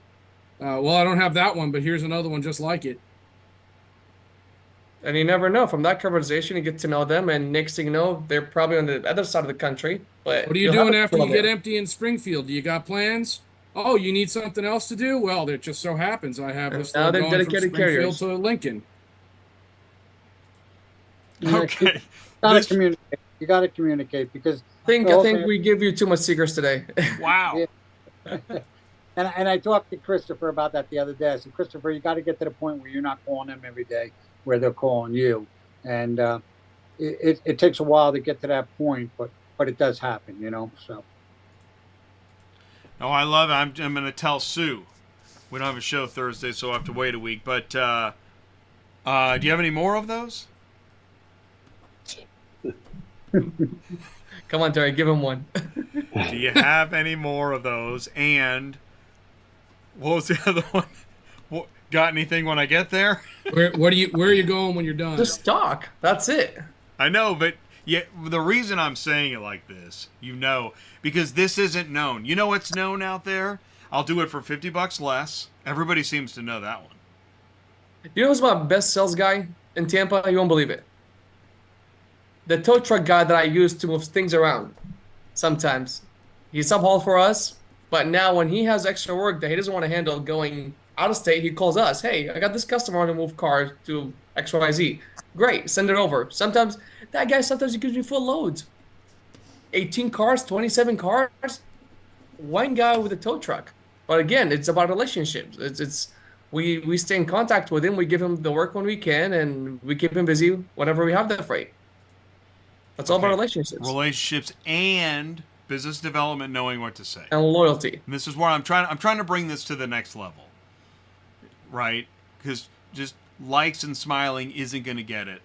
You got to also know what it is you need to see. You have to know the words to say and when to say it. Well, it's more than that. You have to have the integrity.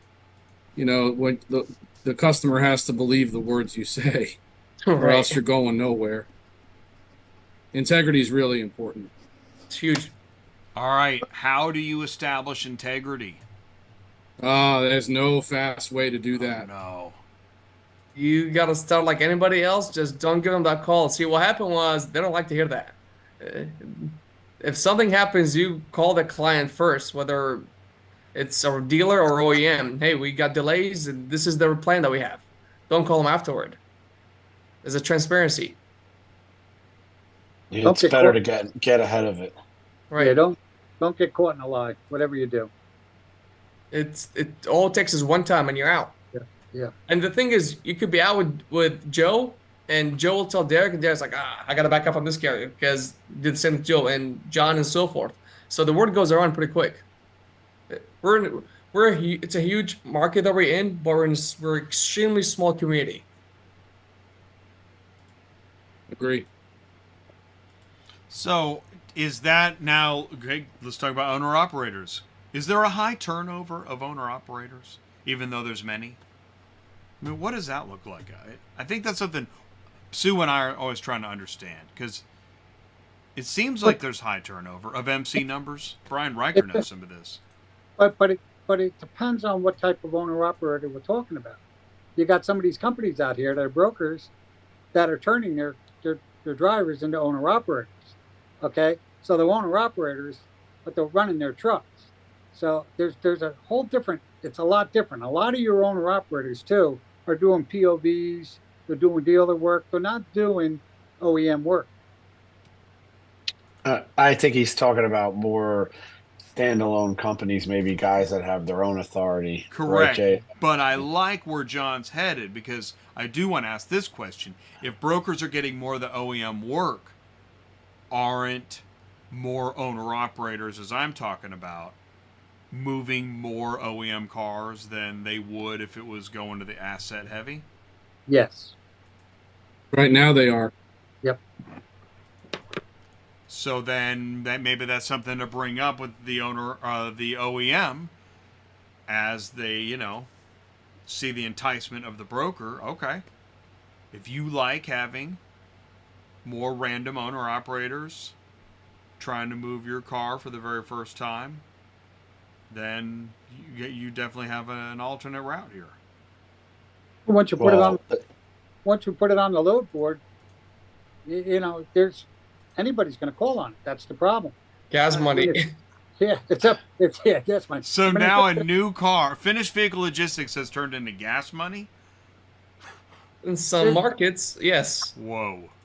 That is. Yeah, and I mean, a lot of that comes down to quality too. Like, you have all these different people coming in, they're cutting corners, and some of the OEMs are starting to realize that, and there's been a lot of light shit on that in the last 2-3 months. You know, you get guys leaking hydraulic fluid all over the yard, Mhm. leaving their Puddles. trash all over the place, you know, things like that. I mean, that's starting to rear its head. What about chain We trucks? I seen chain truck load up. I'm like, what the hell's this? we Those are had dinosaurs. that's a good one, Rod. We had one where a guy had a couple of dogs in his truck that got out and needed to use the grassy area nearby. That was a very intense conversation. Yep. And Really really, one. Wow.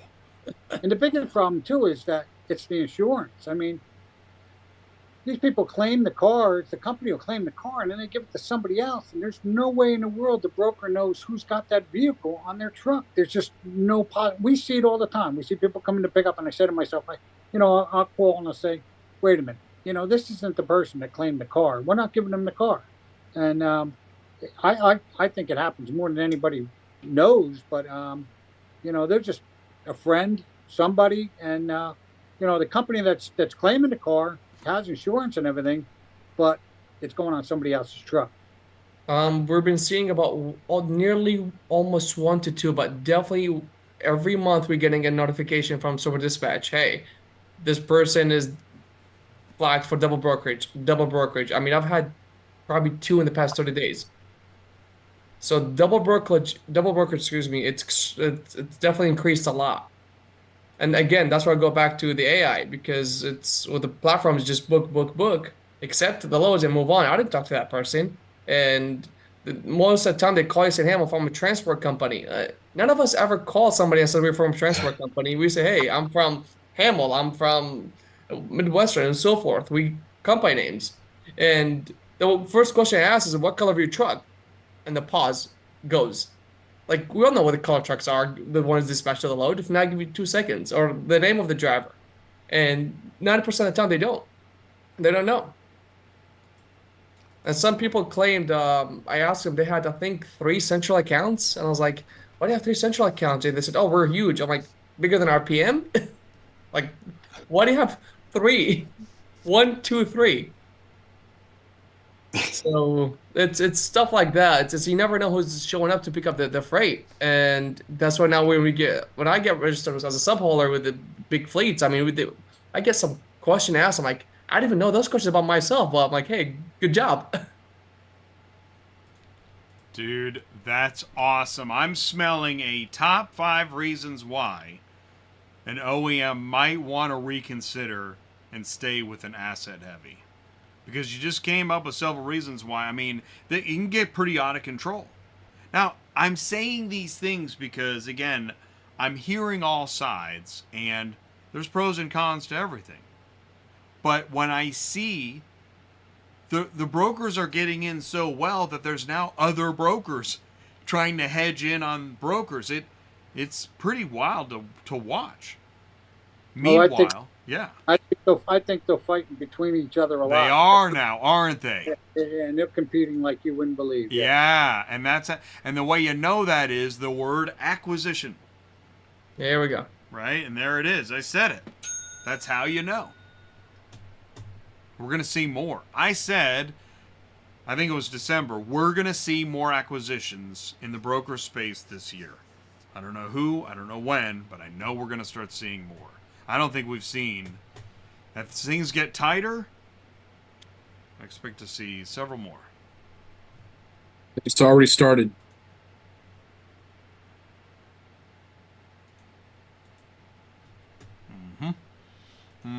Okay, that's a good to be continued right there. One thing I want to make clear, though, just so everybody understands, is that there is some good owner-operators out there. Absolutely. There is. For so sure. I don't And want again, John, it goes to that phone call. When you Yeah. talk to them, you can tell. Yeah. Well, and that's why Sue and I like to help owner-operators that are trying to stay in business and do a great job and be profitable. We are trying to help them add more tools to the toolbox. Because it's tough, man. It's tough out there. It's definitely harder to start now than Oh, it prior. sucks. That's another thing we've been talking about. If you're a new MC, Oh my God, it's brutal. I mean, you have to live off the load board if you're new, and you can't live off half of the load boards because you're new. So you're just going to sit at home and pay for insurance. Truck payment. Whoa. Now, there are places you can haul, but they don't make YouTube videos about it. There's still hustle and haul and get the, hustle money and all this stuff. That's fine. It sucks. I'm sorry that you're making those videos, but yeah, there is no video. Hey, if you're new, get ready to sit at home for 4 months. I mean, hopefully that you don't have to do, but you can't work for everybody. Just trying to get your hands on the equipment right now is brutal. And then, so if you end up getting into pre-owned equipment and things break on you, man, that's a difficult month. The environment right now, I don't know about you guys, but the environment right now for truck repairs, pretty gnarly, at least where I am. Parts are through the roof. Cost, the shops are starving too. They're not as consistent as they were with the amount of clients going in and going through the doors. How about road service? Try to call 30 people before you get someone to come out, and then they want you to pay $500 before they even leave. And then they come and they can't fix the problem. $500 to show up, say, sorry, we'll come in the morning when the shop opens up. I don't work on car carriers. They're too low to the ground. It's like, you knew about this. We told you. Credit card authorizations first before they even go out. So they'll guarantee payment. I mean, it's crazy. 3-hour minimum plus mileage. I mean, it's hard to get road service right now. We had a minor breakdown in Knoxville yesterday, and we were one of the big truck stops, and just a coolant reservoir. The factory one was like 500 some change. The invoice was 980. I'm like, why? Why would you mark it up so much? I get it for a small town and you have to travel 100 miles to get and come back, but you got it from 5 miles on the road. So the markup on these things are insane, and there's nothing we can do. It's what else would I do? I can't send my guy in a taxi to go get it and come back. Our insurance won't cover him if anything happens, so we have to sit around and wait till they get the part for us. Uber. Well, we're all in it together. So that's what we got to do, guys. We should copyright this. We're gonna do Uber parts. Uber parts. They got Uber Eats. We'll do Uber parts. We might make a deal with that. I'm going in competition, and I'm doing Part Stash. or what is it? Lyft parts. Lyft parts. Uber parts. Parts Lyft. I like that. This is a great idea. We'll make a fortune. Making it rain, baby. Making it rain. Yeah, that's the whole goal. That's why we're here. First of all, thank you, live chat. Thanks everyone in the audience for sticking around, and gentlemen, thank you so much. Joe Bercari, John Larick, Rod Hamil, Derick Hopkins. This is awesome. I'm glad we did this, and I didn't know when we would do a follow-up show. I didn't know, what time you all had to, allow. But you just gave me dude, over an hour of your personal time. It's amazing.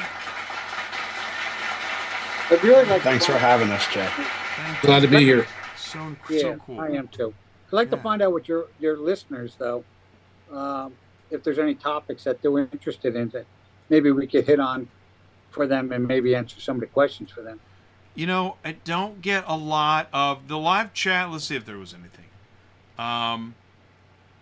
Misty said preparing to learn. Tough business. Money moves cars. That's a good line, Derick. Yeah. That's a good line. Brokers are getting fuel surcharges too. Brokers are getting fuel surcharges too. That's what Wendy said. It depends. It depends on how their contract is set up. Some do, some don't. And sometimes they pass it on. Yeah, spot buy is often the surcharge is just included because it's a short-term thing. But some contracts do have spot buy, which, to Rod's point, they'll pass on sometimes. Cindy has a real good one here, Derick. What's the sweet spot in the truck count? 900. No, man, I wouldn't. No way. I'll have no hair, no vision. The can't hear. It's nothing. It's a good one. I'm sure that, I guess it varies by the. Right, I was going to say, that'd be like finding out the speed that the OEM needs on the, but that's actually a really, Cindy knows something she's not telling us. It's an insightful question. Very nuanced question. Yeah. With a very nuanced answer. Yeah. Nice, Cindy. Nice. That's a good one. Tell the carrier you have more than one load and won't give it to him for that price. Oh, okay. Oh, yeah. So, the games, the load games. Ooh. By Hasbro. Labor through the roof, insurance, also the list goes on. Yeah, no, there is a long... All right, top 5. There we go. Top 5 costs of a car hauling business owner. Number 1. Repairs. People. Drivers. Fuel. Insurance. Damages. Claims. Drivers. Drivers is always number 1. Equipment. Truck payment. Driver, Maintenance. fuel, insurance, claims. In which all going up. And I would say maintenance probably beats claims. Yeah, maintenance is it's definitely well, claims you can almost control in a way by training your fleet and all that. But you can't stop the tires from wearing. No, Gonna say tires. Yeah. Like, But if your claims are more than your maintenance, then you got a problem. you'll be out in no time.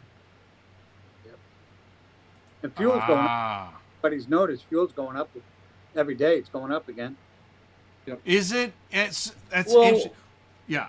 Sorry, another thing with the fuel is bad fuel in some areas where you go get fuel and next thing you know you need 6 injectors. That's like $15,000 job.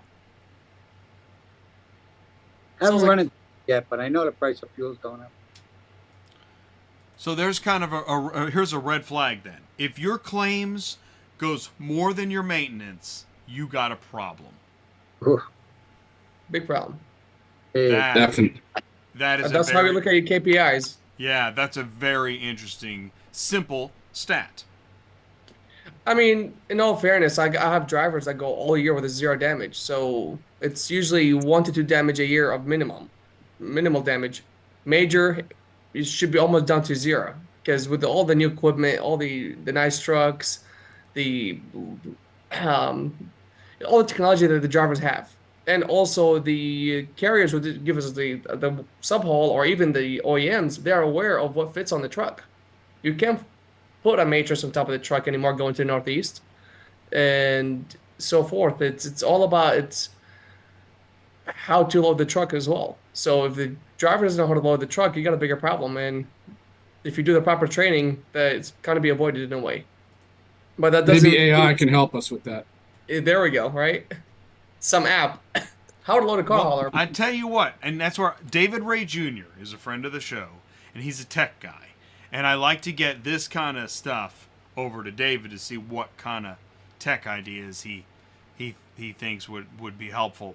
DDD asks, used equipment versus new equipment. Trade-offs.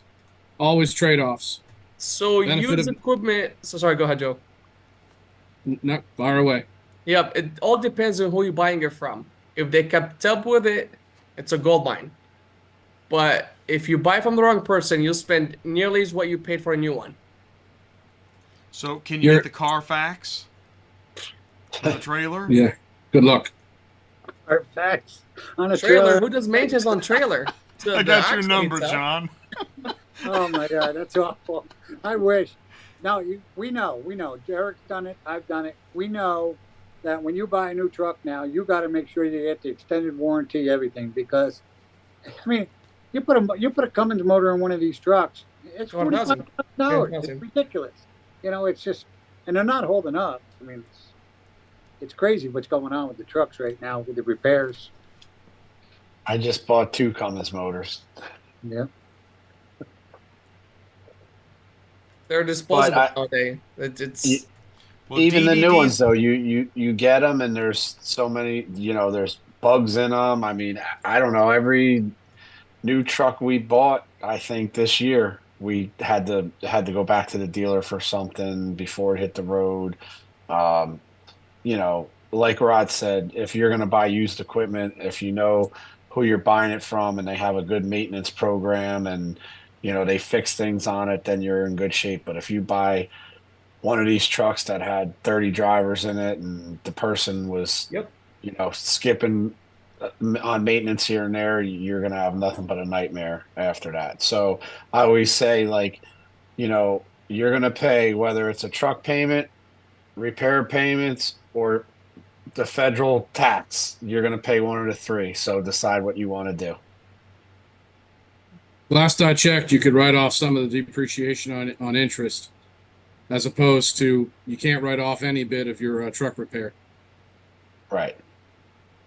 of your maintenance. PMs, anyway. Capital expense is different, but new equipment, the benefit is really the warranty, in my opinion. And, just being able to drop it off and yell at somebody and have them fix it.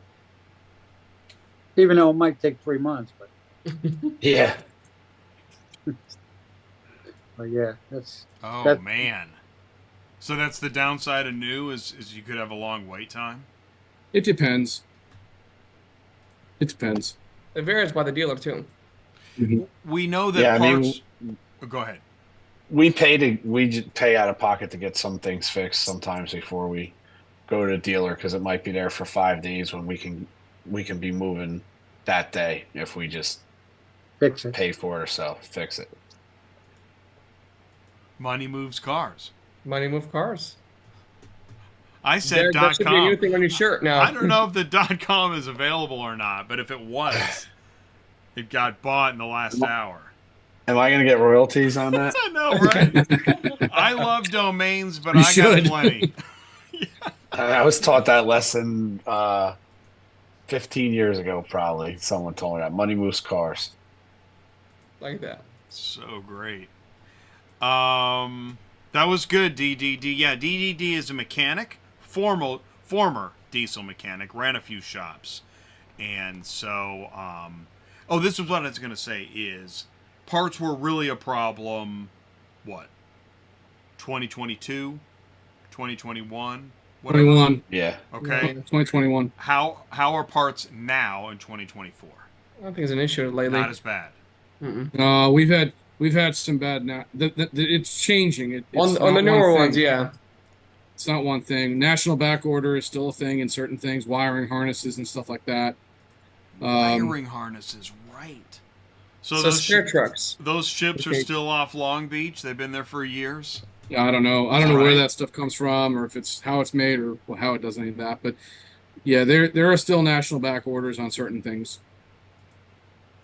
Certain brands of tires are hard to get. Yeah, tires Sound are, right. especially for car haulers. A lot of those tire sizes are just challenging. And that's a big issue because you blow a tire, you're 600 miles away from your terminal. You got to get a mismatch because it's the only way to get home. Then you get home, then you match it with the rest, and then you have just an oddball tire.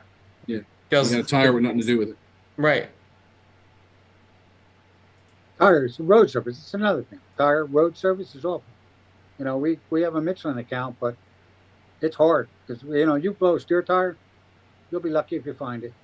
My favorite part is when they say we can't lift up the truck; it's too heavy. I'm like, it's 80,000-pound truck, as good as any other truck here. Why can't you lift it? Just because it's car hauler and it looks huge and stuff. I can see Rod on the side of the road. It's just a car hauler, man. It's a car Okay, hauler. so It's- Joe, you guys, you have a bit of a shop, right? Are you able to stay ahead on some of these issues with the shop? Yeah, I mean, you try. We keep common tires in stock so that way we can run them through our shop and just trade them out. But and we try and keep cores for recaps where we use recaps. Right now, we're gonna not be using recaps because of the heat, but we try. But I mean, we're susceptible to the same demand and supply issues as anybody. I mean, really, I don't have the luxury of 100 locations around the country to be able to send trucks to go and get stuff like this fixed. So, but I have trucks all over the country that blow tires all the time. So, Yeah. Are to you John's point before, are you able to make partnerships with other locations, kind of?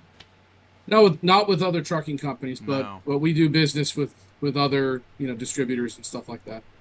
That's the only way you can do it, really, because it's very difficult for a carrier to have that kind of density. I mean, unless you're Saya or somebody, where you've got 13,000 trucks on the road, where you can, those locations can be all over the place. It's very hard to do that in our business. Maintenance, man. Can't predict where it's going to happen. That's the No, problem. that's kind of one of the. Yeah. It- You- It's always out of nowhere, and it's always on a Friday night. Yeah, nobody works on the weekends anymore. Yep. Really?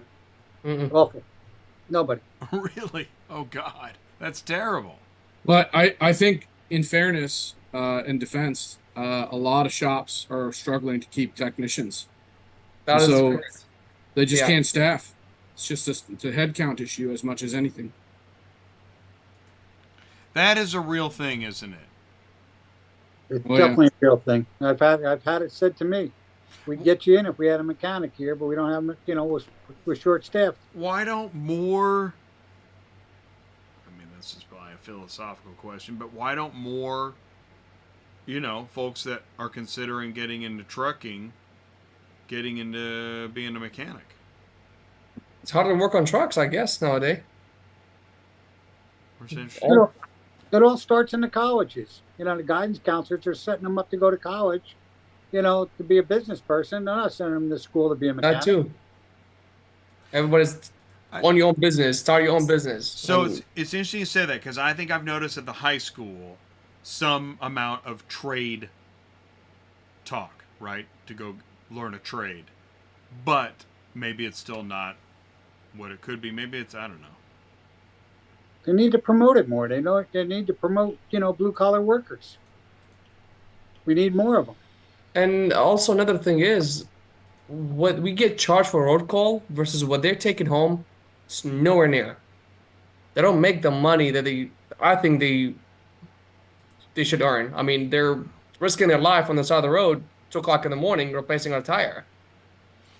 I've thought about the AAA guy that comes by. What is his cut, right? And this gets back into, dare I say, And here in Tampa, the diesel shops, they're paying $60 to $70 an hour. Wow. Yep. That's what they're paying, but the That's charge, that's the hourly for the employees. yeah, we're seeing like anywhere from 150 to 185 an hour here. Oh, sorry, that's to charge for the service or to pay. Yeah, the hourly rate, hourly rate at the shops. Yeah, I was about the same. It's 150 to 190 on the high end, but what they're getting paid is 60 to 70 on the high end of $50 per hour to do all this work and break their back, and it's a hard job. It's not an easy job. Even though you have all the right tools, it's still those parts are really heavy. I suppose the business owner would say, hey, you should see my bills. And around it goes. I'm sure they're in the same boat as us with insurance and rent Right? and Oh, God, yeah. Yeah. I would imagine insurance is Just the price of, especially like workers' comp and everything, I'm liability. sure that's My through the gosh. roof. the price of real estate. Unbelievable. Just to Oh, have yeah. Yeah. It's $1 million an acre here in Tampa. yeah. Ooh, That's really just for getting dirt. macro now. Hold on, $1 million for dirt. You don't even have a building on it. $1 You don't million for the dirt. just So for what dirt. are you at, Rod? 22 acres, 23, something like that. About yeah. We know between the and all that, sure. I got a lake on one side, river on the other side. Yeah, there you go. Well, you should charge for the view. There you go. Get some. And Andre says the rise of automation may lead to uncertainty about the future demand for traditional truck mechanics. Something to think about. Cindy says they definitely don't promote the blue collar in the schools. If more kids learned how much they could make, the demand to learn the trade would probably be greater. Yeah, that's probably true. So there definitely is. It's really interesting that we. That's a micro type thing that we started talking about. Yeah, the schools. And the schools are thinking, man, we got our hands full with the parents. We don't know what to do either. My goodness, right? We're I'm not going to get political or anything, but the things that we're debating versus the things that we're teaching, not on the same line. Mm-hmm. Well, you got to stick to the book material. I don't want anybody to you can't veer off course. I'll tell you, this was a good discussion tonight, Jake. It was a pretty wild show. Yeah. Thank you all so much for being a part of it. I really thank you so much for doing that. It was fun. Thanks for having us. Yeah, oh yeah, that was cool. This was the trade show experience that we just didn't get to have in the past 6 months. So this was it. Talk the talk, like Joe said. Just talk. Yeah. Money move cards. Yeah, money moves cars. Yeah, I would get that frame. We need the ring. That's a good one. Hashtag. All right, Joe, Rod. We got a patent. So. We got a patent? Yeah. Derick said it, right? Okay, Yep. yeah. All right, Yep. Derick said it. Derick gets Okay. all the spoils. All right, Cindy, Andre, DDD, Mia, Poe, Chris. Thank you so much, everybody in the live chat. Gentlemen, thank you again so much. Really appreciate you. And we'll do it again in another quarter or so. All right? We'll have a special right before the election. Well, when we're at the precipice of the unknown, we'll meet again. I think that'll be around the time That's what we'll call the show. The precipice of the unknown. All right. We've been good. We've We've been really good keeping the politics out of this. We did good. Okay, we did real We good. did really good. Yeah, we did really good. I'm proud of everybody. All right. Here's another applause. Thank you, gentlemen, so much. We'll see Good you night. soon. Thanks for having us. Thank you. Good night. Thank you. Night. Bye. Bye. And that's a cut. All right, cool. That was really fun. We knew that we wanted to do a follow-up from our Port of Baltimore. It's like a live special. I think it was on a Thursday. And I think that was in March. And so here we are in June. Yeah, quarter later. So we'll meet again in a quarter. And so mark your calendars. Really, everybody. And I saw Muzi was in here. Yeah, my old buddy Ken. And Stefan family. Oh, Jim made it in there. And Wendy and DDD and Alex. Hey, what's up, Alex? Mia Woods, JT. Thank you so much. Thank you, live chat. Thank you, panel. Again, that was we had Joe Bercari, Midwestern Car Carriers, Rod Hamil, Hamil Logistics, John Larick of Larick's Towing and Transport, Inc., and Derick Hopkins, Fine Line Transportation. If you want to learn more about them and their aspect of the world, they are all asset-heavy car hauling business, either presidents or VPs. I think we had 3 presidents and a VP tonight. So let me know how we can help. Autotransportintel@gmail.com. Go to ATIautobusiness.com. And there is no show this Thursday. So we got Thursday off. We'll be back with, this is so cool. After all that, Tuesday, I love to do this, man. Know your ecosystem. OEM, dealer, auction, logistics, remarketing, recon, compliance, and tech. We're going to switch up the vertical, and we are going to go back to the broker side of logistics Tuesday, RPM, live with ATI, and they will be live from Used Car Week Canada here on ATI. We're going to go early by a couple hours on Tuesday, so it's going to be awesome. That's going to be an interesting show. It will not top this epic panel tonight, though. It might. It could, but this was epic. Really epic. Money moves cars. Thank you, Murphy Auto Transport, Superflow Systems. Again, everybody in the past, in the future, and in the present. Thank you so much. Have a good night. Here comes the car hauler. Let me know how I can help. Look for my shorts.